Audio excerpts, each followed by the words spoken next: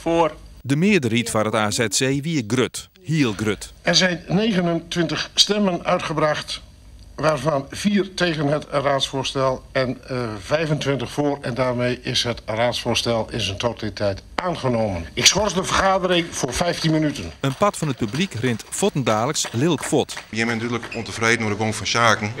Ja, hele ontevreden. Wij de K-postrit. Wij krijgen die meestal door de strutten. Wij werden in de Zenderloos-strutten en dan komt dat scoren weer naar buurt langs. Op één partij na hier elk zijn reden om vat te stemmen. En wij vinden dat de gemeente Heerenveen haar ogen niet kan sluiten voor het vluchtelingenvraagstuk. En dat wij ook onze bijdrage moeten leveren. De VVD wie als jinnigste tjin. Maar er wie wel brede kritiek op de tijd tussen het bekendmaken van de locatie en de informatiejoen van omwonenden. Het wie te kwad daai. Ja, wij hebben toen zelf als college bedacht, we hebben daar wel lang bij stilgestaan, van nou laten we mensen niet te lang in onzekerheid houden. En laten we zo snel mogelijk ook naar de mensen toe gaan, zodat ze ook kunnen zeggen wat ze vinden. Ja, achteraf kan ik wel begrijpen dat mensen zich misschien ook wel wat overvallen voelen. Aan de andere kant, als het 3 weken langer had geduurd, dan was het besluit niet anders geweest.